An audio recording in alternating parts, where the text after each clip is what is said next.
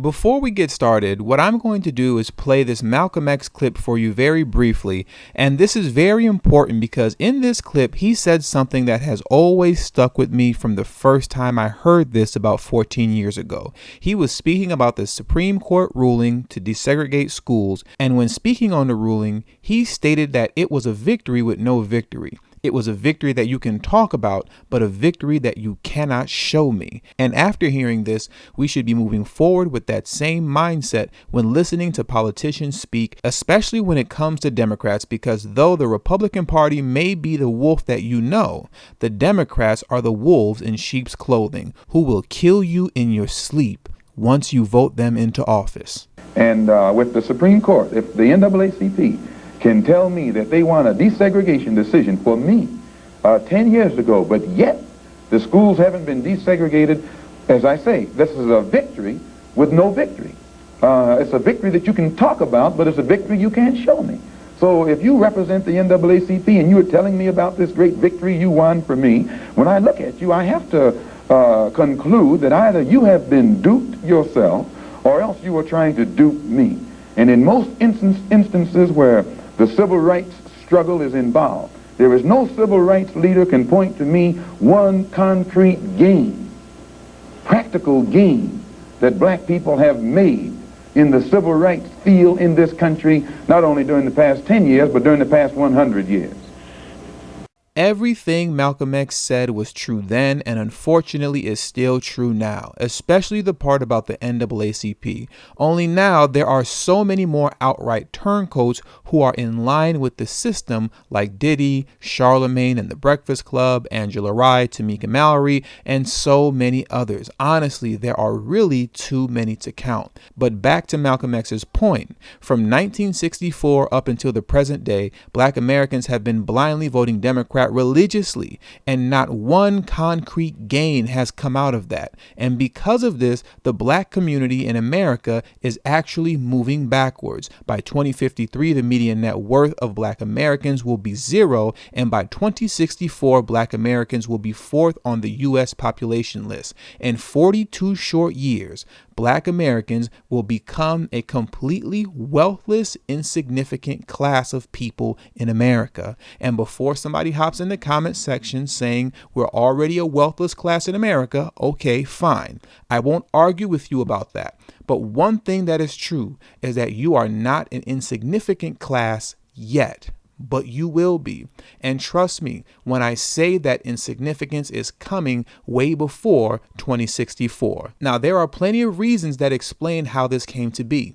But one of the reasons is this. By and large, black America keeps allowing politicians like Joe Biden to get away with saying BS like what I'm getting ready to play for you right now. And even worse, we believe this nonsense. So we're investing in all of us.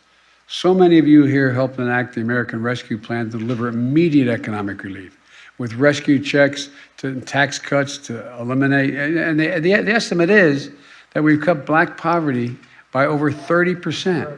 We reduced child poverty by more than 50% in the black community.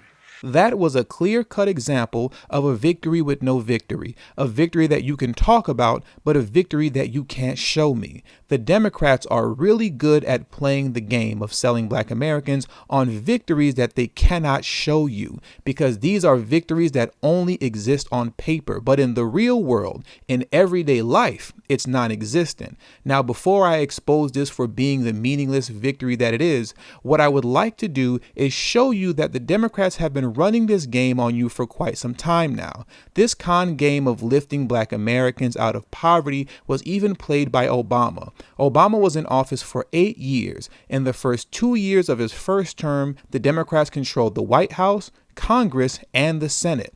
And in that 8 years, I can tell you about the concrete gains that he delivered to the LGBTQ community, the Hispanic community by way of DACA. He paid $12 million in reparations to the Jewish community. He even signed a Blue Lives Matter law for the police. But the one thing Obama apologists can't show you are the concrete, meaningful pieces of legislation that he signed exclusively for Black America, the way he did for every other group. Now, back in 2020, when Obama was on The Breakfast Club, He was asked about the criticisms of him not doing anything for the black community, and this is what he had to say. By the time I left office, you had seen 3 million African Americans that have health care that didn't have it before. You had seen the incarceration rate, the number of black folks in prison, drop for the first time in years. You had seen the juvenile correction system, 30% fewer people in there. You had seen black poverty to its lowest level since 1968. You had seen black businesses rise. You had seen black income go up. Black poverty dropped faster than everybody else. Black incomes went up more than a lot of other folks. The issue is we didn't go around advertising that because, once again, the goal here is to build coalitions where everybody is getting something so they feel like they have a stake in it. But a lot of my policies were targeted toward people most in need. Those folks are disproportionately African American.